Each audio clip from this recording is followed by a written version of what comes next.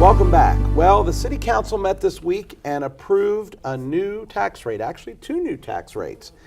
We have a new tax rate for single owner occupied residents, and we have a new tax rate for landlords. And the landlord tax rate is a little higher, right, Ron? Yes.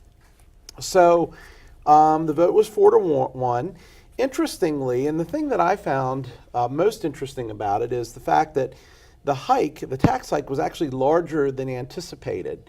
Tyler, it was, talk to me about it. It was essentially double of what the council had been discussing. Originally, they were planning almost double on increasing it 5 cents and then 3 cents. So 5 cents for the landlords. For the landlords, and then 3 for the single residents. But then they changed that. It's now going to be 9 cents for the landlord, so almost double, and then 6 cents. So that would be double for the single occupancy. And the goal of this is obviously so that Hagerstown can have more money to fund downtown development and that kind of thing. And that's a noble goal, obviously. Hagerstown's trying to redo buildings and sort of bring back the town to its height.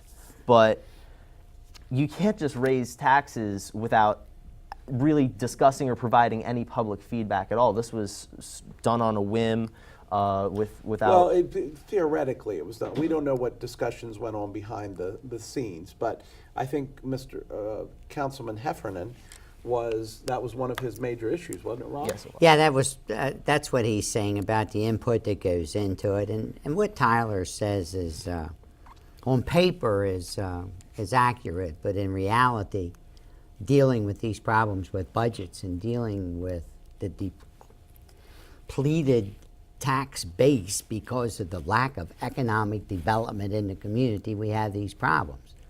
And until the business community and others decide to take all of this barren land of buildings that are falling down, old businesses, and make pad sites out of them for development, and the private sector gets off of their cans and starts developing, until that all happens, we're going to continue to have this problem. But I like your perspective, because he's looking at it fresh. He's looking at it with new eyes.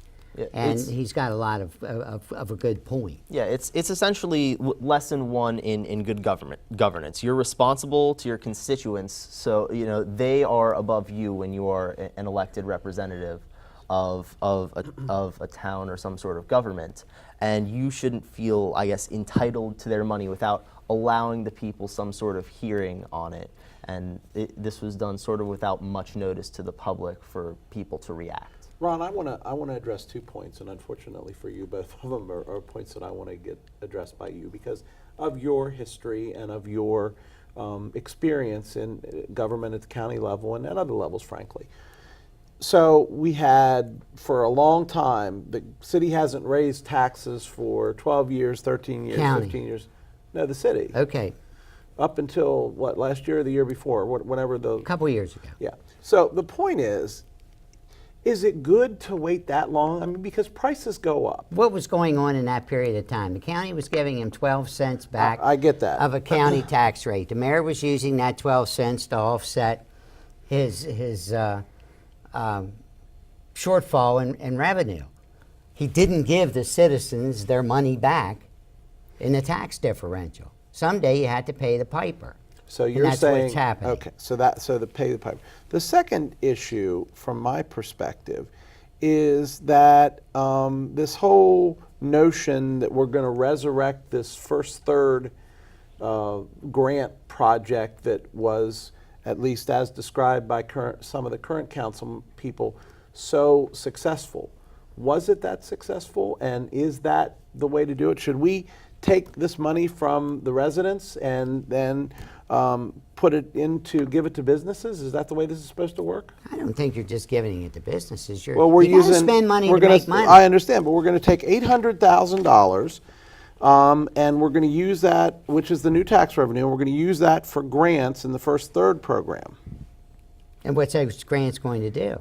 Well, they're going to pay the first third of a construction project for a business or some other. And then that business pays more taxes because of the tax base. You've got to start building the tax base up. You cannot annex your way out of the fiscal problem we have in Hagerstown. Now, I'm anxious to hear, as you go to college and as you get involved in some of those, and I'm not just saying as you go to college, but as you learn, some of the fiscal responsibilities for business, how can we keep shrinking a tax base and not raise taxes and still have a police department to run and a fire department to run in a very dense community? Dense as in a lot of dwellings. Yeah, well, obviously you do have to, if you have a shrinking tax base, obviously in order to get the same amount of revenue, you need to raise taxes. And again, I'm not saying, against raising taxes in every single situation. A lot of times you need to cut spending where it's not needed. But, where I have a problem with it is, again, the process of it. Heffernan, he had a quote I read in the Herald Mail article that if he were living in North Hagerstown and this happened, he would be the first one knocking down the door with a pitchfork in his opposition to this new tax plan.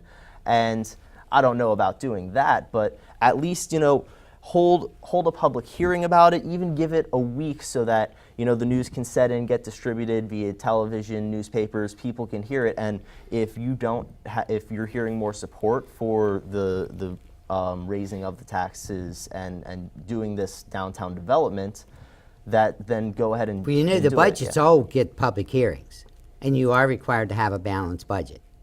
Every budget has a public hearing.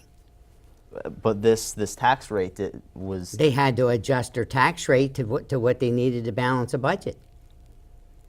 Again, you could have found another way to do that or cut there's something. two ways to balance a budget. You either raise revenue or cut expenses. Well, what services then do you cut? Well, I don't know. I'm not the budget expert in Hagerstown, but my point generically is there's two ways to balance a budget. Would you agree that's correct? There's more than that. Okay, but theoretically, there's Theoretically, really yes. two ways to balance a budget.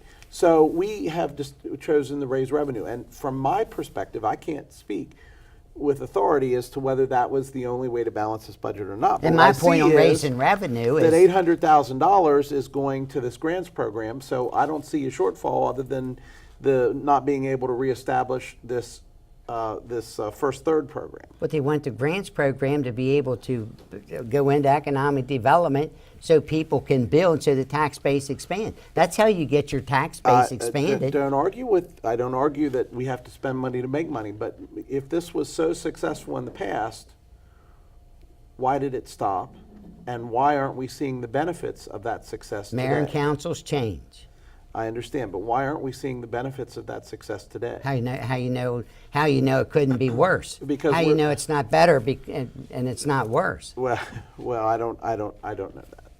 I don't know that, but I haven't heard anyone up till last night suggest in the past couple of years since this program has ended that this is the end-all, cure-all, fix-all for economic development downtown. And if I had heard that, I wouldn't believe it.